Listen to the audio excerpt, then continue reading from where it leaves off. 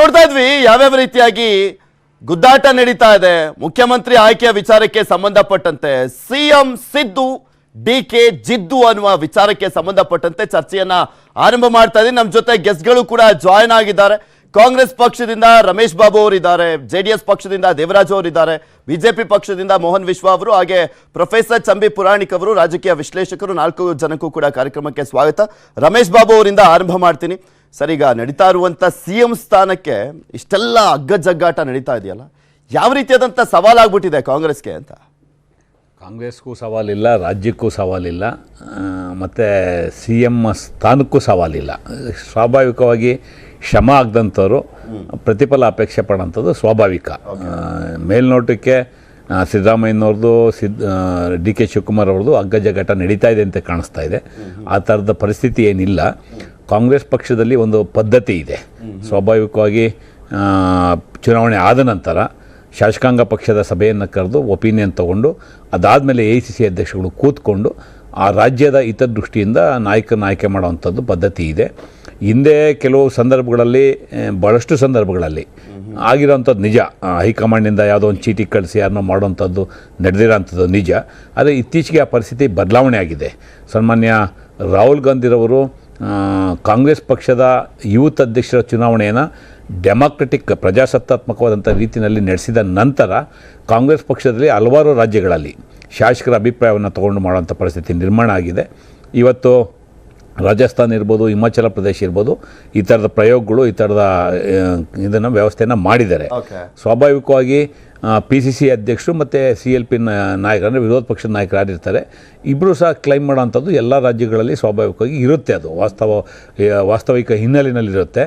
ಇವತ್ತು ಬೇರೆ ಬೇರೆ ಕಾರಣಕ್ಕೆ ನನಗೆ ಮೊದಲು ಅವಕಾಶ ಕೊಡಿ ಅಂತೇಳಿ DK ಶಿವಕುಮಾರ್ ಅವರು ಕ್ಲೈಮ್ ಮಾಡ್ತಾ ಇದ್ದಾರೆ. ಒಂದು ಸತ್ಯನೂ ಇದೆ. ಅವರು ಅಧ್ಯಕ್ಷ ಆದ ನಂತರ ಕರ್ನಾಟಕದಲ್ಲಿ ಪಕ್ಷದ ಸಂಘಟನೆ ದೊಡ್ಡ ಮಟ್ಟದಲ್ಲಾಗಿದೆ. ಅದೇ ರೀತಿ ಸಿದ್ದರಾಮಯ್ಯನವರು is a mass vote puller. ಅವರ ಅನುಭವ ಮತ್ತು ಬೇರೆ ಬೇರೆ ಕಾರಣಕ್ಕೆ ಇಡೀ ರಾಜ್ಯದಲ್ಲಿ ಇವತ್ತು ಸಹ ಅವ್ರ ಮೇಲೆ ಎಂಥ ನೆಗೆಟಿವ್ ಕ್ಯಾಂಪೇನ್ ಆದರೂ ಸಹ ಎಲ್ಲ ಕಡೆ ಜನರನ್ನು ಸೆಳೆಯುವಂಥ ಶಕ್ತಿಯನ್ನು ಇಟ್ಕೊಂಡು ಕೆಲಸ ಮಾಡಿದ್ದಾರೆ. ಇಬ್ಬರೂ ಸಹ ನಮಗೆ ಒಂದು ಶಕ್ತಿ ಇದ್ದಾರೆ ಕಾಂಗ್ರೆಸ್ ಪಕ್ಷಕ್ಕೆ. ನಮ್ಮ ಮುಂದೆ ನಾಟ್ ಓನ್ಲಿ ಪಾರ್ಲಿಮೆಂಟ್ ಎಲೆಕ್ಷನ್, ಈಗ ಮಿನಿ ವಿಧಾನಸಭಾ ಚುನಾವಣೆ ಇನ್ನು ಕೆಲವೇ ತಿಂಗಳಲ್ಲಿ ನಡೀಬೇಕು. ಜಿಲ್ಲಾ ಪಂಚಾಯತು, ತಾಲೂಕು ಪಂಚಾಯತು, ಮಿನಿ ವಿಧಾನಸಭಾ ಚುನಾವಣೆ ಅಂತ ಏನು ಕರಿತೀವಿ, ಅದು ಪೆಂಡಿಂಗ್ ಇದೆ. ಬೆಂಗಳೂರು ಮಹಾನಗರ ಪಾಲಿಕೆಯ ಚುನಾವಣೆ ಪೆಂಡಿಂಗ್ ಇದೆ. ಸಹಕಾರಿ ಸಂಸ್ಥೆಗಳ ಚುನಾವಣೆ ಪೆಂಡಿಂಗ್ ಇದೆ. ಅದರಿಂದನೇ ಪಾರ್ಲಿಮೆಂಟ್ ಚುನಾವಣೆ ಬರುತ್ತೆ. 1 ವರ್ಷ ನಿರಂತರವಾಗಿ ಚುನಾವಣೆಗಳಿದೆ. ಎಲ್ಲಕ್ಕಿಂತ ಭಾಳ ಪ್ರಮುಖವಾಗಿ ನಮ್ಮ ಮುಂದೆ ಇರ್ತಕ್ಕಂಥ ಜವಾಬ್ದಾರಿ ಮತ್ತು ಸವಾಲು, ನಾವು ಏನು ರಾಜ್ಯದ ಜನಕ್ಕೆ ಪ್ರಣಾಳಿಕೆ ಮೂಲಕ ಖಾತರಿಗಳನ್ನ ಕೊಟ್ಟಿದ್ದೇವೆ, ಅದನ್ನು ಇಂಪ್ಲಿಮೆಂಟ್ ಮಾಡುವಂಥದ್ದು ನಮ್ಮ ಮುಂದೆ ಇರ್ತಕ್ಕಂಥ ಜವಾಬ್ದಾರಿ ಇದೆ. ಹಾಗಾಗಿ ಇವೆಲ್ಲವನ್ನ ಇಟ್ಕೊಂಡು ಇದರ ಅರಿವು DK ಶಿವಕುಮಾರ್ ಅವ್ರಿಗೂ ಇದೆ, ಸಿದ್ದರಾಮಯ್ಯ ಅವ್ರಿಗೂ ಇದೆ, AICC ನಾಯಕರಿಗೂ ಇದೆ. ಸನ್ಮಾನ್ಯ ಮಲ್ಲಿಕಾರ್ಜುನ್ ಖರ್ಗೆರವರು ನಮ್ಮ ಪಕ್ಷದ ರಾಷ್ಟ್ರೀಯ ಅಧ್ಯಕ್ಷ ಆಗಿರ್ತಕ್ಕಂಥದ್ದು. ಕರ್ನಾಟಕದ ರಾಜಕೀಯ ಚಿತ್ರಣ ನನ್ಗೆ ಅದೇ ಕುತೂಹಲ ಇರೋದು ಸರ್. ಅವ್ರು ನಮ್ಮ ರಾಜ್ಯದವರು ಆಗಿದ್ದಾರೆ ಅನ್ನುವ ಕಾರಣಕ್ಕೋಸ್ಕರನೇ ಸವಾಲಾಗ್ಬಿಟ್ಟಿದೆಯಾ ಸಂದಿಗ್ಧ ಪರಿಸ್ಥಿತಿ ಅಂತ? ಗೊತ್ತಿತ್ತು ಏನೇನಾಗುತ್ತೆ ಅಂತ ಅವ್ರಿಗೂ ಕೂಡ, ಏನಾಗ್ಬೋದು ಅನ್ನೋದು ಕೂಡ ಗೊತ್ತಿತ್ತು. You are absolutely wrong. ಖರ್ಗೆರವರು AICC ಅಧ್ಯಕ್ಷ ಆಗಿರ್ತಕ್ಕಂಥದ್ದು ನಮ್ಮ ಸೌಭಾಗ್ಯ. ಅಟ್ ದ ಸೇಮ್ ಟೈಮ್ ಯಾರೇ AICC ಅಧ್ಯಕ್ಷ ಇದ್ರೂ ಸಹ ಇದೇ ಥರದ ಬೆಳವಣಿಗೆ, ಅಂದರೆ ಪ್ರೋಸೆಸ್ನ ನೀಡ್ತಾ ಇರ್ತಕ್ಕಂಥದ್ದು. ಯಾಕೆಂದ್ರೆ ಒಬ್ಬರ ಪರವಾಗಿ ಮಾತಾಡಿದ್ರೆ ಎಲ್ಲೋ ಒಂದ್ ಕಡೆ ಪಕ್ಷಪಾತಿ ಆಗ್ಬಿಡ್ತೀನೇನೋ ಅನ್ನುವ ರೀತಿಯಾದಂಥ ಒಂದು ಲೆಕ್ಕಾಚಾರ ಅಲ್ಲ. ಅಕಸ್ಮಾತ್ BJPಲಿ ರಾಷ್ಟ್ರೀಯ ಅಧ್ಯಕ್ಷರು ನಮ್ಮ ರಾಜ್ಯದವರೇ ಆಗಿದ್ದರೂ ಕೂಡ ಇದೇ ರೀತಿಯಾದಂಥ ಒಂದು ನಿರೀಕ್ಷೆ ಅಥವಾ ಆರೋಪಗಳಿರ್ತಾ ಇತ್ತು.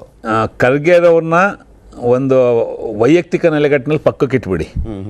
ನೀವು AICC ಅಧ್ಯಕ್ಷರು ಅವ್ರು ಯಾರ್ದೋ ಪರವಾಗಿ ಮಾತಾಡೋದಾಗಿದ್ರೆ ಇಷ್ಟೆಲ್ಲ ಸರ್ಕಸೇ ಬೇಕಿರ್ಲಿಲ್ವಲ್ಲ, ಒಪಿನಿಯನ್ ಕಲೆಕ್ಷನ್ನೇ ಬೇಕಿರ್ಲಿಲ್ವಲ್ಲ. ನೇರವಾಗಿ ಅಲ್ಲಿಂದಲೇ ನಾನು ಇಂಥವ್ರು ನೀಡ್ತಿದ್ದೀನಿ, ಚೀಫ್ ಮಿನಿಸ್ಟರ್ ಮಾಡಿ ಅಂತ ಮಾಡ್ಬೋದಾಯ್ತಲ್ಲ. ಅದಿಲ್ಲ. ಕಾಂಗ್ರೆಸ್ ಪಕ್ಷದಲ್ಲಿ ಸನ್ಮಾನ್ಯ ಮಲ್ಲಿಕಾರ್ಜುನ್ ಖರ್ಗೆರವರು ಬೀಯಿಂಗ್ AICC ಪ್ರೆಸಿಡೆಂಟು ಭಾಳ ಜವಾಬ್ದಾರಿಯುತವಾಗಿ ಸ್ಥಾನ ನಿರ್ವಹಣೆ ಮಾಡ್ತಾ ಇದ್ದಾರೆ. ಅವರು ಹೆಸರನ್ನು ಏನಕ್ಕೆ ನಾನು ಉಲ್ಲೇಖ ಮಾಡಿದೆ ಅಂದರೆ, ಕರ್ನಾಟಕದ ಪಲ್ಸು ಬೇರೆಯವ್ರಿಗಿನ್ನ ಚೆನ್ನಾಗಿ ಅವ್ರಿಗೆ ಗೊತ್ತಿದೆ. ಇಲ್ಲಿ ಅವರು PCC ಅಧ್ಯಕ್ಷರಾಗಿದ್ದಂಥವ್ರು, ಇಲ್ಲಿ ಚುನಾವಣೆ ನೋಡಿದಂಥವ್ರು, ಸುಮಾರು 11 ಚುನಾವಣೆಗಳಲ್ಲಿ ಈ ಸ್ಥಳದಲ್ಲಿ ಈ ಭೂಮಿಯಿಂದ ಗೆದ್ದಂಥವ್ರು, ಮತ್ತು ಪಕ್ಷದ ಹೊರ ಎರಡೂ ವಿಚಾರಗಳು ಅವ್ರಿಗೆ ಗೊತ್ತಿದೆ. ಸೊ ಪ್ರಾಬ್ಲಮ್ ಇಲ್ಲ ಅಂತ ಖಂಡಿತ ಇಲ್ಲ. ಖಂಡಿತ. ನೀವು ಯಾವ ರೀತಿಯಾಗಿ ನೋಡ್ತಾ ಇದ್ದೀರಾ ಇದನ್ನ ಅಂತ? ಅಲ್ಲ, ಮೊದಲನೇ ಬಾರಿಗೆ first of all congratulations for Ramesh Babu. ನಂಗೆ ಸಿಕ್ಕಿಲ್ಲ ರಿಸಲ್ಟ್ ಬಂದಾಗಿಂದಾನು. ಪ್ರಭುತ್ವದಲ್ಲಿ ಎಲ್ಲ ಅಕ್ಸೆಪ್ಟ್ ಮಾಡ್ಕೋಬೇಕು. ಜನ ನಮ್ಮ ಪರವಾಗಿ ತೀರ್ಪು ಕೊಟ್ಟಿಲ್ಲ, ಎಸ್ ನಾವು ಅಧಿಕೃತ ವಿರೋಧ ಪಕ್ಷವಾಗಿ ಏನು ಮಾಡಬೇಕು ಅದನ್ನೆಲ್ಲ ಮಾಡ್ತೀವಿ. ಬಟ್ ಇಲ್ಲಿ ಈಗ ನಡೀತಿರುವಂಥ ಬೆಳವಣಿಗೆಗಳನ್ನ ನೋಡಿದ್ರೆ ನಾನು ಅದೇ ಆಗಲೇ ಮಾತಾಡ್ತಾ ಇದ್ದೆ, ಅಟ್ಲೀಸ್ಟ್ ಈಗ ಒಂದು ವಾರ ಪ್ರಮಾಣ ವಚನ ಸಮಾರಂಭ ಅದು ಇದು ಇರುತ್ತೆ, ಏನೋ ಉಸಿರಾಡಕ್ಕಾದ್ರೂ ಟೈಮ್ ಇರುತ್ತೆ ಅನ್ಕೊಂಡ್ವಿ. ಬಟ್ ಯಾಕೋ ವಿರೋಧ ಪಕ್ಷದ ಕೆಲಸವನ್ನ ಬೇಗನೆ ಕೊಟ್ಬಿಟ್ಟಿದ್ದಾರೆ ಕಾಂಗ್ರೆಸ್ನವರು. ಆಮೇಲೆ ಇವರಿಬ್ಬರ ಈ ಜಗಳ ಇದೆಯಲ್ಲ ಪೃಥ್ವಿ, ಇದು ನಿನ್ನೆ ಮೊನ್ನೆದಲ್ಲ, ಇದು ಈ ಚುನಾವಣಾ ಟೈಮ್ನಲ್ಲೂ ನೋಡಿದ್ರೆ ಈ ಪವರ್ ಪೊಲಿಟಿಕ್ಸ್ ಅಂತಾರಲ್ಲ ತೋರ್ಸ್ಕೊಳ್ಳೋದಕ್ಕೆ ನಿಮ್ಗೆ ಅದು ಅಡ್ವಾಂಟೇಜ್ ಆಗ್ಬೋದು ಅನ್ಕೊಂಡಿದ್ರಿ, ನಾನ್ ಮುಂದೆ ತಪ್ಪಾಯ್ತು. ಹೌದೌದು, ತಾನ್ ಮುಂದು ಅಂತೆಲ್ಲ ಹೇಳ್ಕೊಂಡು ಸಿದ್ದರಾಮೋತ್ಸವ ಅಂತ ಇವ್ರು ಮಾಡಿದ್ರು. ಆಮೇಲೆ ಮೇಕೆದಾಟು ಪಾದಯಾತ್ರೆನಲ್ಲಿ ಸಿದ್ದರಾಮಯ್ಯನವರ ಕಾಣಿಸ್ಕೊಂಡ್ರು ಆ ಮಟ್ಟಕ್ಕೆ ಕಾಣಿಸ್ಕೊಂಡ್ಲಿಲ್ಲ. ಮತ್ತು ಭಾರತ್ ಜೋಡೋ ಯಾತ್ರೆ ಸಮಯದಲ್ಲಿ ಕರ್ನಾಟಕಕ್ಕೆ ಎಂಟ್ರಿ ಆದಾಗ ಚಾಮರಾಜನಗರದಲ್ಲಿ ರಾಹುಲ್ ಗಾಂಧಿ ಇಬ್ಬರದು ಕೈ ಹಿಡ್ಕೊಂಡು ಹಿಂಗೆತ್ತಿ ಏನೋ ಒಂದು ಎಲ್ಲರಿಗೂ ತೋರ್ಸೋರು ಎಲ್ಲ ಒಟ್ಟಿಗೆ ಇದ್ದಾರೆ ಅಂತ ಹೇಳಿ. ಮತ್ತೊಂದ್ ಕಡೆ ಸ್ಟೇಜ್ ಮೇಲೆ ಏನೋ ಮಾತಾಡ್ಬೇಕಾದ್ರೆ ಅಲ್ಲೂ ಅಷ್ಟೇ ಇಬ್ಬರನ್ನು ಕರೆಸಿ ಕುತ್ಕೊಂಡೆಲ್ಲ ಮಾಡಿಸಿ ಇಂಪಾರ್ಟೆಂಟ್ ಅಂತ ಮೆಸೇಜ್ ಅವ್ರು ಹೇಳಿದ್ರು, ಇಂಪಾರ್ಟೆಂಟ್ ಅಂತ ಮೆಸೇಜ್, ಅದು ಇಬ್ರು ಒಟ್ಟಿಗೆ ಇದ್ದಾರೆ ಏನ್ ಸಮಸ್ಯೆ ಇಲ್ಲ ಅನ್ನೋ ತರ ಹೇಳ್ತಾರೆ. ಬಟ್ ಇವಾಗ ಅದ್ ನೋಡಿದ್ರೆ ಐ ಥಿಂಕ್ ಮೋಸ್ಟ್ಲಿ ಅದು ಕ್ಯಾಮರಾ ಮುಂದೆ ಅಷ್ಟೇ ಅದು ಅಂತ ಅನಿಸ್ತಾ ಇದೆ. ರೀಸೆಂಟ್ ಆಗಿ ಒಂದು ವಿಡಿಯೋ ಬೇರೆ ಆಯ್ತು, ಇಬ್ರು ಕುತ್ಕೊಂಡು ಏನು ಮಾತಾಡೋದು, ಉಭಯ ಕುಶಲೋಪರಿ, ಇವ್ರು ಕೇಳೋದು ಇವ್ರು ಕೇಳೋದು, ಅಷ್ಟು ಸೀಟ್ ಬರುತ್ತೆ ಹಿಂಗಾಗುತ್ತೆ, ಅದೆಲ್ಲ ಆಯ್ತು, ವರ್ಕೌಟ್ ಆಗಿದೆ. ಬಟ್ ಅದನ್ನೇ ನಾವು ಹೇಳ್ತಾ ಇದ್ವಿ, ಅದೇ ಕ್ಯಾಮ್ರಾ ಮುಂದೆ ಮಾತ್ರ ಅದು ತೋರಿಸ್ಕೊಳ್ತಾ ಇದ್ರು ಅಷ್ಟೇ. ಸೊ ಈಗ ಆಯ್ತು, ಅದೆಲ್ಲ ಆಯ್ತು. ಈಗ ಯಾರು CM ಅಂತ ಹೇಳಿನೇ ಒಂದು CM ಕ್ಯಾಂಡಿಡೇಟ್ನಲ್ಲೇ ಇವರಿಬ್ನಲ್ಲೇ ಹಗ್ಗ ಜಗ್ಗಾಟ ಈ ರೀತಿ ನಡೀತಿದೆ ಅಂತ ಹೇಳಿದ್ರೆ, ತಿರ್ಗಾ ಆಮೇಲೆ DK ಶಿ ಅವರು ನೀವು ನೋಡಿದ್ರಿ ನೆನ್ನೆ ಯಾವ ಸ್ಟೇಟ್ಮೆಂಟ್ ಕೊಟ್ಟರು, ನನ್ನ ಜೊತೆ ಯಾವ ಶಾಸಕರು ಇಲ್ಲ ಅಂತ ಹೇಳಿ ಟಾಂಗ್ ಕೊಡ್ತಾನೆ ಇದ್ದಾರೆ. ಮತ್ತು ನಾನೊಬ್ಬ ಬಂಡೆ, ನನ್ನನ್ನು ಒಂದು ಶಿಲೆಯಾಗಿ ಮಾಡ್ತೀರಾ ಅಥವಾ ವಿಧಾನಸೌಧದ ಚಪ್ಪಡಿ ಕಲ್ಲಾಗಿ ಮಾಡ್ತೀರಾ ನೋಡಿ ಅಂತಲೂ ಹೇಳ್ತಾ ಇದ್ದಾರೆ. ಸೊ ದಿಸ್ ಶೋಸ್ ಯಾವ ರೀತಿ ಒಳ ಜಗಳ ಇದೆ ಅಂತ ಹೇಳಿ. ಸೊ ಇದಕ್ಕೆ ಹೀಗಂತ ಹೇಳಿದ್ರೆ ನೆಕ್ಸ್ಟ್ ಇನ್ನು ಏನೋ 3 ಜನ DCM ಮಾಡ್ತಾರಂತೆ, ಆ ತರ ಮಾತುಗಳೆಲ್ಲ ಕೇಳಿ ಬರ್ತಾ ಇದೆ. ಮತ್ತೆ ಕ್ಯಾಬಿನೆಟ್ ಇದೆ ನೆಕ್ಸ್ಟ್, ಇವ್ರ ಬಣ ಸಮುದಾಯದವರು ಸಪೋರ್ಟ್ ಕೊಟ್ಟಿರುವಂತ ಹಿನ್ನೆಲೆಯಲ್ಲಿ ಎಲ್ರಿಗೂ ಕೂಡ ನ್ಯಾಯ ಕೊಡ್ಬೇಕಲ್ಲ ಅನ್ನೋ ಕಾರಣಕ್ಕೋಸ್ಕರ DCM ಸೃಷ್ಟಿಯಾಗೋ ಚಾನ್ಸಸ್ ಕರೆಕ್ಟ್. ಯಾಕಂತ ಹೇಳಿದ್ರೆ ನಿಮ್ಗೆ ಈ ಸಲ ಕಾಂಗ್ರೆಸ್ ಈ ಮಟ್ಟದ ಒಂದು ಮೆಜಾರಿಟಿ ತಗೊಳ್ಳೋದಕ್ಕೆ ಕಾರಣನೇ ಮುಸ್ಲಿಂ ಮತ ಬ್ಯಾಂಕ್. ನಮ್ಮ ವಕ್ಫ್ ಬೋರ್ಡ್ ಅಧ್ಯಕ್ಷರಾದಂತ ಅವರು ಶಫಿ ಈಚೆ ಬಂದು ಕ್ಲಿಯರ್ ಕಟ್ ಆಗಿ ಹೇಳಿದ್ದಾರೆ, 72 ಕ್ಷೇತ್ರಗಳಲ್ಲಿ ಇವತ್ತು ನಾವು ಕಾಂಗ್ರೆಸ್ಗೆ ಫುಲ್ ಮ್ಯಾಸಿವ್ ಆಗಿ ಸಪೋರ್ಟ್ ಮಾಡಿದೀವಿ. ಸೊ ಆದ್ರಿಂದ ಮುಸ್ಲಿಮರಿಂದನೇ ಇವತ್ತು ಕಾಂಗ್ರೆಸ್ ಈ ಮಟ್ಟದ ಒಂದು ಕನ್ಸಲ್ಟೇಷನ್ ಇಂದನೇ ಈ ಮಟ್ಟದ ಒಂದು ಮೆಜಾರಿಟಿ ಬಂದಿದೆ. ಅದು ಗೊತ್ತಿರೋ ಸತ್ಯನೇ, ಅದು ಎಲ್ಲರೂ ಅರ್ಥ ಮಾಡ್ಕೊಬೇಕಾಗಿರೋದು ಅದು. ಸೊ ಈ ರೀತಿಯಾಗಿ ನೋಡಕ್ ಹೋದ್ರೆ ಮುಂದಿನ ದಿನಗಳಲ್ಲಿ ಮತ್ತೆ ಅಲ್ಲೂ ಈ ರೀತಿಯ ಒಳ ಜಗಳಗಳು, ಒಂಥರ ಈ ತಮಾಷೆಗಳು ನನಗೇನು ಅನಿಸ್ತಿದೆ ಅಂತ ಹೇಳಿದ್ರೆ ಮುಂದಿನ 5 ವರ್ಷ ಇದಿನ್ನೂ ಇದೇ ತರ ಕಂಟಿನ್ಯೂ ಆಗುತ್ತೇನಪ್ಪ ಅನ್ನಿಸ್ತಾ ಇದೆ.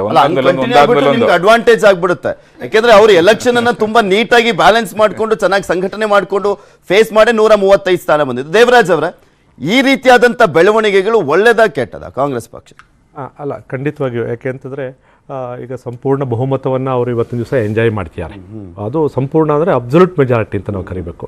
ಸೊ ನಾವು ಈಗಾಗಲೇ ನನಗೆ ಮಿತ್ರ ವಿಶ್ವ ಅವರು ಹೇಳಿದ್ದನ್ನು ನಾನು ಗಮನಿಸಿದೆ, ಈಗ ಶ್ರೀಯುತ ಬಾಬು ಅವರು ಹೇಳಿದ್ದನ್ನು ಸಹ ನಾನು ಗಮನಿಸಿದ್ದೇನೆ. ಬಾಬು ಅವರು ಹೇಳಿದ್ದು ಬಹುಪಾಲು ವಿಷಯಗಳನ್ನ ಒಪ್ಪುವಂಥದ್ದು, ಇದು ಪಕ್ಷದ ಆಂತರಿಕ ವಿಷಯ ಅಂತ ಅಂದ್ಕೊಂಡ್ರೂ ಸಹ ನಾನು ಈ ರಾಜ್ಯದ ಒಬ್ಬ ವ್ಯಕ್ತಿಯಾಗಿ ಮತ್ತು ಜವಾಬ್ದಾರಿ ಸ್ಥಾನ ಒಂದು ಪಕ್ಷದ ವ್ಯಕ್ತಿಯಾಗಿ ಮಾತನಾಡಿದಾಗ ಚುನಾವಣೆ ಪೂರ್ವದಲ್ಲಿ ನಡೆದಂತಹ ಏನು ಇಬ್ಬರು ನಾಯಕರ ಮಧ್ಯೆ ಇದ್ದಂಥ ಭಿನ್ನಾಭಿಪ್ರಾಯಗಳು ಈಗ ಚುನಾವಣೆ ನಂತರ ಪ್ರತಿಫಲನವನ್ನು ಮಾಡ್ತಾ ಇದೆ, ರಿಫ್ಲೆಕ್ಟ್ ಮಾಡ್ತಾ ಇದೆ. ಅದ್ರ ಬಗ್ಗೆ ಏನು ಅದು ಹಾಗಾಗಿ ನನಗೆ ಅಂಥ ಆಶ್ಚರ್ಯ ಏನಿಲ್ಲ.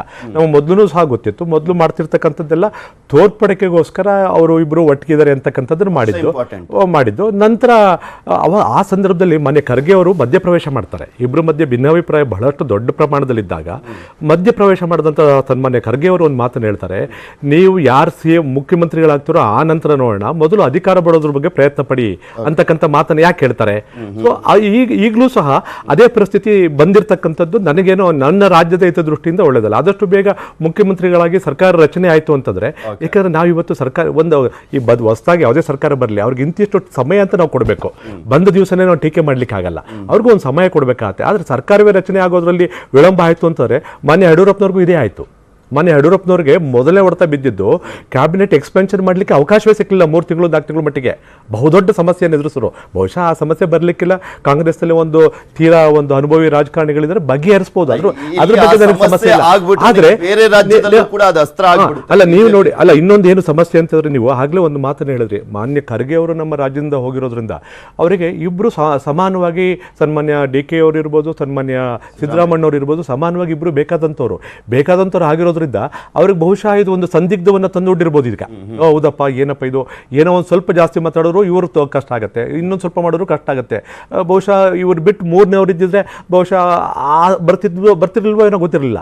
ಆದರೆ ಖರ್ಗೆ ಅವರಿಗೆ ಬಹಳಷ್ಟು ಸುದೀರ್ಘವಾದ ಅನುಭವ ಇದೆ ಅನ್ನೋದು ನಾವು ಅಲ್ಲಿಗಳೇ ಹೋಗಿಲ್ಲ. ಆಮೇಲೆ ಖರ್ಗೆ ಅವ್ರ ಬಗ್ಗೆ ನಮ್ಗೆ ಅಪಾರವಾದ ಗೌರವ ಇದೆ. ಅಯ್ಯಪ್ಪ ನಿಜವಾಗಿಯೂ ಒಬ್ಬ ಮುತ್ಸದ್ದಿ. ಸೊ ಅಷ್ಟರ ಮಟ್ಟಿಗಿರೋದ್ರಿಂದ ಬಹುಶಃ ಎಲ್ಲೋ ಒಂದ್ ಕಡೆ ಈ ಒಂದು ಸಮಸ್ಯೆನ ಬಗೆಹರಿಸೋ ಒಂದು ಸಾಧ್ಯತೆ ಇದೆ. ಮೋಸ್ಟ್ ಪ್ರಾಬಬ್ಲಿ ಅವ್ರು ಮಾಡಿದಂತ ತ್ಯಾಗಗಳನ್ನ ಡಿ ಕೆ ಶಿವಕುಮಾರ್ ಅವ್ರಿಗೆ ಹೇಳ್ಬೋದೇನೋ ಈ ಸಂದರ್ಭದಲ್ಲಿ. ಇಲ್ಲಿ ಏನಾಗ್ತದೆ ಮಾತಾಡ್ತೀನಿ, ಪುರಾಣಿಕ್ ಸರ್, ಈಗ ಕಾಂಗ್ರೆಸ್ ಮುಖ್ಯಮಂತ್ರಿ ಯಾರನ್ನ ಮಾಡಬೇಕು ಅನ್ನುವಂಥದ್ದು ಯಾಕೆ ಇಂಪಾರ್ಟೆಂಟ್ ಆಗುತ್ತೆ ಅಂದ್ರೆ, ನೆಕ್ಸ್ಟ್ ಲೋಕಸಭೆ ಎಲೆಕ್ಷನ್, ರಮೇಶ್ ಬಾಬು ಸರ್ ಹೇಳ್ದಂಗೆ ತಾಲೂಕ್ ಪಂಚಾಯತಿ ಎಲೆಕ್ಷನ್, ಜಿಲ್ಲಾ ಪಂಚಾಯತಿ ಎಲೆಕ್ಷನ್, BBMP ಎಲೆಕ್ಷನ್ ಎಲ್ಲ ಇರುವಂಥದ್ದು. ಅದರಲ್ಲೂ ಲೋಕಸಭೆ ಎಲೆಕ್ಷನ್ ಅಂತೂ ಫೈನಲ್ ಮ್ಯಾಚ್ ಇದ್ದಂಗೆ ಅವ್ರಿಗೆ. ಇಲ್ಲಿ ಹೆಚ್ಚಿನ ಸ್ಥಾನವನ್ನ ಗೆದ್ದಂತ ಟೈಮ್ನಲ್ಲಿ ಇನ್ನು ವಿರೋಧ ಪಕ್ಷದ ಸ್ಥಾನದಲ್ಲಿ ಕೂತ್ಕೊಳ್ತಾರೋ ಅಥವಾ ಆಡಳಿತ ಪಕ್ಷದಲ್ಲೂ, ಬಟ್ ಧ್ವನಿ ಜಾಸ್ತಿ ಆಗುತ್ತೆ ಕರ್ನಾಟಕದ್ದು, ಆಮೇಲೆ ಶಕ್ತಿನೂ ಕೂಡ ಜಾಸ್ತಿ ಆಗುತ್ತೆ. AICC ಅಧ್ಯಕ್ಷರು ಕೂಡ ಕರ್ನಾಟಕದವರೇ ಇರುವಂತ ಹಿನ್ನೆಲೆಯಲ್ಲಿ ಪ್ಲಸ್ ಪಾಯಿಂಟ್ ಜಾಸ್ತಿ ಆಗುತ್ತೆ. ಸೊ ಹೇಗೆ ನೋಡ್ತೀರಾ, ಯಾರಾದ್ರೆ ಒಳ್ಳೇದು ಅಂತ ಅನ್ಸುತ್ತೆ ಅಟ್ ಪ್ರೆಸೆಂಟ್ ಪರಿಸ್ಥಿತಿಯಲ್ಲಿ? ಈಗ ಸದ್ಯದ ಪರಿಸ್ಥಿತಿಯಲ್ಲಿ ಕಾಂಗ್ರೆಸ್ನಲ್ಲಿ ಒಳಜಗಳ ಅಂತಕ್ಕಂಥದ್ದು ಎಲ್ಲ ಪಕ್ಷದಲ್ಲಿದ್ದಾಗಿದೆ. ಇದು ರಾಜಸ್ಥಾನಲ್ಲೇ ಆಗಲಿ ಅಥವಾ ಛತ್ತೀಸ್ಗಢ ಆಗಲಿ, ಅವರು ಎಲ್ಲವನ್ನೂ ನೋಡಿದ್ದಾರೆ. ಬಹುಶಃ ಈಗ ಸಿದ್ದರಾಮಯ್ಯನವ್ರದ್ದು ಸ್ವಲ್ಪ ಮೇಲುಗೈ ಅಂತ ಕಾಣುತ್ತೆ. ಯಾಕೆಂದರೆ ಇರುವ ಇದರಲ್ಲಿ OBC ಪ್ಲಸ್ ಕುರುಬ ಅವ್ರ ಜೊತೆಗೆ ಇನ್ನೂ ಕೆಲವರು ಲಿಂಗಾಯತ ಶಾಸಕರು ಆಯ್ಕೆ ಆಗಿದ್ದಾರೆ 39 ಜನ. ಅವರೂ ಸಹ ಅವ್ರ ಕಡೆಗೆ ಇದ್ದಾರೆ ಅಂತಕ್ಕಂಥದ್ದು ಮಾಹಿತಿ ನನಗೆ ಬಂತು. ಅಲ್ಲ, ಎಲ್ಲಾ ಸಮುದಾಯ ಒಟ್ಟುಗೂಡಿರೋದಕ್ಕೆ 135 ಸ್ಥಾನ. ಈ ಒಂದು ಸಂದರ್ಭದಲ್ಲಿ ಶಿವಕುಮಾರ್ ಅವರ ಕ್ಲೈಮ್ ಅನ್ನ ನಾವು ಕಡೆಗಣಿಸೋಂಗಿಲ್ಲ. Because his sacrifice is there for the last 4 years. He has struggled to rebuild the party from that kind of damage. 2018 ಆದಂಥ ಏನು ಅವರಿಗೆ ಡ್ಯಾಮೇಜ್ ಆಯ್ತಲ್ಲ, 122ರಿಂದ 80, ಆವಾಗ ಯಾರೂ ಪಕ್ಷಕ್ಕೆ ಅಷ್ಟೊಂದು ಉತ್ಸಾಹ ಇರಲಿಲ್ಲ. ಮತ್ತು ಕೆಲವರು ಬಿಟ್ಟು ಹೋಗೋಕೆ ತಯಾರಿದ್ರು, ಮತ್ತು ಇನ್ನು ಕೆಲವರು ಬಿಟ್ಟು ಹೋಗಿ ಕಮಲ ಆಪರೇಷನ್ ಎಲ್ಲ ಮಾಡಿದರು. ಸೊ ಅದರಿಂದ ಆ ಕಾಂಗ್ರೆಸ್ನಲ್ಲಿರ್ತಂತಹ ಒಂದು ಅಭದ್ರತೆ ಅಂತಕ್ಕಂಥದ್ದನ್ನು ಹೋಗಲಾಡಿಸಿ ಅದಕ್ಕೆ ಬೇಕಾದಂಥ ರಿಸೋರ್ಸ್ ಪವರ್, ಆರ್ಗನೈಸೇಷನ್ ಸ್ಕಿಲ್ಸ್, ಮತ್ತು ಒಂದು ಜನರನ್ನು ಸಂಘಟನೆ ಮಾಡ್ತಕ್ಕಂಥದ್ದು. ಆಮೇಲೆ ಒಕ್ಕಲಿಗರಿಗೆ ಒಂದು ಮೆಸೇಜ್ ಕೊಟ್ಟರು. ಅವ್ರು ಆಗ್ತಾರೋ ಬಿಡ್ತಾರೋ ಅದು ಕಾಂಗ್ರೆಸ್ ಪಕ್ಷದ ಇದು. ಬಟ್ ಕರ್ನಾಟಕದ ಹಿತ ದೃಷ್ಟಿಯಿಂದ ಅವ್ರು ಏನು ಹೇಳಿದ್ರು, ಒಕ್ಕಲಿಗರೆಲ್ಲ ಏನು BJP ಕಡೆಗೆ ಇದ್ದೀರಿ, ದಯಮಾಡಿ ಈ ಕಡೆ ಬರಬೇಕು, ಯಾಕಂದ್ರೆ ಕುಮಾರಸ್ವಾಮಿ ಕಡೆಗೂ ಇದ್ದೀರಿ, ಅದರಿಂದ ಅವ್ರನ್ನೂ ಇಬ್ಬರನ್ನ ನಂಬೇಡಿ ಅಂತ ಹೇಳಿ ಅದನ್ನ ಟರ್ನ್ ಮಾಡಿದ್ರು. It's a big swing. ಅದರಿಂದ ಸ್ವಾಮೀಜಿಗಳ ಅಖಾಡಕ್ಕೆ ಇಳಿದಿದ್ದಾರೆ. DK ಶಿವಕುಮಾರ್ ಅವರಿಗೆ ಮುಖ್ಯಮಂತ್ರಿ ಸ್ಥಾನ ಕೊಡಬೇಕು ಅನ್ನೋ ಸರ್, ಅಲ್ಲಿ ಒಂದು ಏನಾಯ್ತು, ಅವರಿಬ್ರು ನಂಬೇಡಿ ಅನ್ನೋ ಮಾತೆಲ್ಲೂ ಬರಲಿಲ್ಲ. ಏನೋ ಬಂತು ಸರ್, ಇಲ್ಲ ಆ ಮಾತೆಲ್ಲೂ ಬರಲಿಲ್ಲ. ನಂಬೇಡಿ ಅಂತ ಬರಲಿಲ್ಲ. ನನಗೂ ಒಂದು ಅವಕಾಶ ಕೊಡಿ ಅಂತ ಕೇಳ್ತಾರೆ. ಅವರು ಒಕ್ಕಲಿಗರ ಸಮುದಾಯದಲ್ಲಿ ಮೀಟಿಂಗ್ ನಲ್ಲಿ ಭಾಗವಹಿಸಿದ ಸಂದರ್ಭದಲ್ಲಿ ಒಂದು ತಪ್ಪು ಸಂದೇಶ ಹೋಗಬಾರ್ದು. ಯಾಕಂದ್ರೆ ವಾಹಿನಿಲಿ ಹೇಳಿಕೆ ಕೊಟ್ಟರು. ಏನು ಒಕ್ಕಲಿಗರು ನನಗೆ ಈಗ ಇದುವರೆಗೆ ಇವರಾಗಿದ್ದಾರೆ, ದೇವೇಗೌಡರಾಗಿದ್ದಾರೆ. ಅವ್ರು ಹೇಳಿದ್ರು SM ಕೃಷ್ಣ, ದೇವೇಗೌಡರು, ಕುಮಾರಸ್ವಾಮಿ ಅವಕಾಶ ಮಾಡಿಕೊಡಿ ಅನ್ನೋ ಕಾರಣಕ್ಕೋಸ್ಕರ ಇಷ್ಟು ದೊಡ್ಡ ಪ್ರಮಾಣದಲ್ಲಿ ಒಕ್ಕಲಿಗ ಸಮುದಾಯ ಸಪೋರ್ಟಿವ್ ಆಗಿ. ನಿಜ ನನಗೆ ಮಾತನಾಡ್ತಾ ಹೋಗ್ತೀನಿ. ಒಂದು ಚಿಕ್ಕ ಬ್ರೇಕ್ ತಗೊಳ್ಳುವಂತ ಸಮಯ, ಒಂದು ಚಿಕ್ಕ ಬ್ರೇಕ್ ತಗೊಂಡು ವಾಪಸ್ ಬರ್ತೀನಿ. ಯಾಕಂದ್ರೆ DK ಶಿವಕುಮಾರ್ ಅವರು ದೆಹಲಿಗೆ ಹೋಗುವಂತ ಸಂದರ್ಭದಲ್ಲಿ 2018ರಲ್ಲಿ ಪಕ್ಷ ಬೀಳ್ಲಿಕ್ಕೆ ಯಾರು ಕಾರಣ, ಸಮ್ಮಿಶ್ರ ಸರ್ಕಾರ ಹೋಗ್ಲಿಕ್ಕೆ ಯಾರು ಕಾರಣ ಅಂತ ಮಾತನಾಡಿದ್ದಲ್ಲ, ಇದು ಏನ್ ಇಂಡಿಕೇಟ್ ಮಾಡ್ತಾ ಇದೆ ಅನ್ನುವಂಥ ಸಹಜವಾದಂತ ಒಂದು ಪ್ರಶ್ನೆ. ಅದ್ರ ಬಗ್ಗೆ ಮಾತನಾಡೋಣ.